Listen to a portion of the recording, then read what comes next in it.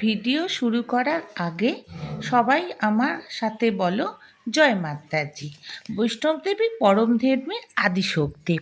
ভারতের কেন্দ্রশাসিত অঞ্চলের মধ্যে ত্রিকুট পাহাড়ে তালে এই কাটরা শহরটি অবস্থিত। এই মন্দিরটি সেখানেই অবস্থিত।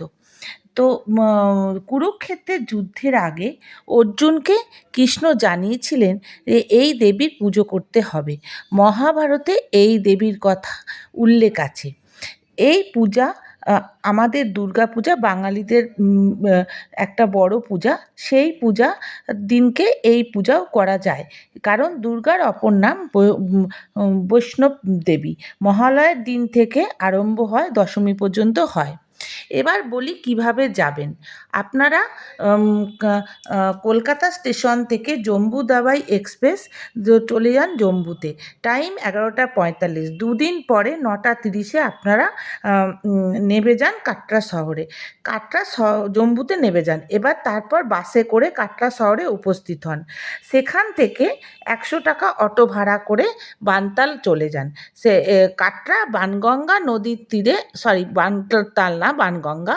কাটরা বানগঙ্গা নদীর তীরে ছোট শহরটির থেকে তীর্থযাত্রীরা এই যাত্রা শুরু করে মা বৈষ্ণব দেবীর যাত্রে। এবং এখানে যে জন্য RFD করতে হয়, RFD কার্ড করতে হয়। এই RFD কার্ড করার জন্য আপনাদের 6 ঘন্টা বা 4 ঘন্টা আগে এই জিনিসটা করতে হবে। তার জন্য মোবাইল নাম্বার লাগে ও আধার কার্ড লাগে। তো সব কিছু করে আমরা মোটামুটি রেডি হয়ে গেলাম এবং সবাই মিলে লাঠি কিনে মাথায় ফেটটি বেঁধে আমরা সবাই মিলে জয় মাতাজির উদ্দেশ্যে রওনা হলাম। আপনারা যে আমার এই যে RFD কার্ডটা দেখছেন ঝোলানো রয়েছে গলায়, ওটাই হচ্ছে RFD কার্ড। আর মাতাজির 14 কিমি দেখছেন আপনারা, দেখালাম মন্দিরটা। এবার চলুন যাওয়া যাক জয় মাতাজি মন্দিরে উদ্দেশ্যে। জয় মাতাজি। আমরা এবার হাঁটা স্টার্ট করলাম।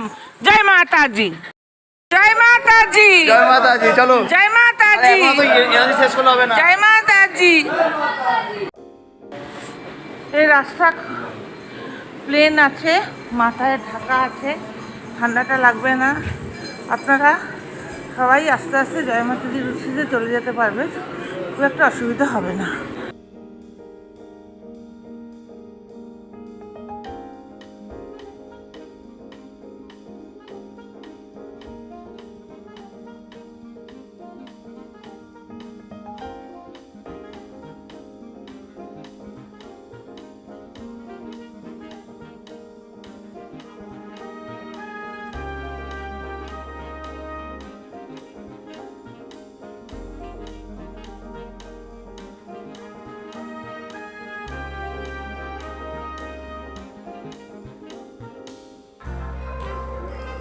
আমরা অর্ধকুমারী পৌঁছে গেছি।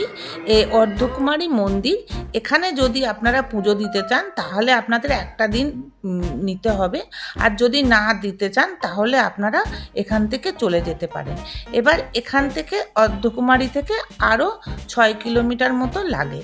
এই অবধি ঘোড়া বা বুলেটার যাই বলুন, এই অবধিই যাবে, তারপরে কিন্তু আর কিছু যাবে না। এবার থেকে বাকি পথটা আপনাদের হেঁটেই যেতে হবে যদি এই রাস্তাটা দিয়ে যান। আর সিঁড়িও আছে, আপনারা যদি মনে করেন যে একটু স্ট্রেন্ড আছে শরীরে, তাহলে আপনারা সিঁড়িও নিতে পারে। আমরাও কিছুটা সিঁড়ি আর কিছুটা এই রাস্তা যেটা দেখিয়েছি সেটা দিয়ে আমরা গেছি। তো যাই হোক, গল্প করতে করতে আমরা মায়ের মন্দিরের কাছে চলে এসেছি। মায়ের মন্দির আর বেশি দূর নেই, আর 3 কিলোমিটার মতো। আর একটা কথা বলে দিই, মা বৈষ্ণব দেবী যাওয়ার পরেও 3 কিলোমিটার পরে বাবা ভৈরবনাথের মন্দির আছে। এই মন্দিরে যদি আপনারা যেতে চান তাহলেও আপনারা যেতে পারেন, তবে মন্দির থেকে ঘুরে আসার পর। আর মন্দিরের ছবি আপনারা তো জানেনই, দেখানো যাবে না, কারণ তার 1 কিলোমিটার আগে সমস্ত লকারে জমা দিয়ে দিতে হবে। যাই হোক, আমি সব ইনফরমেশান দিলাম। জয় মাতাজি। প্লিজ ভিডিওটা যদি ভালো লাগে লাইক শেয়ার করবেন, কমেন্টের দিকে জানাবেন কেমন হয়েছে, সাবস্ক্রাইব করবেন। জয় মাতা।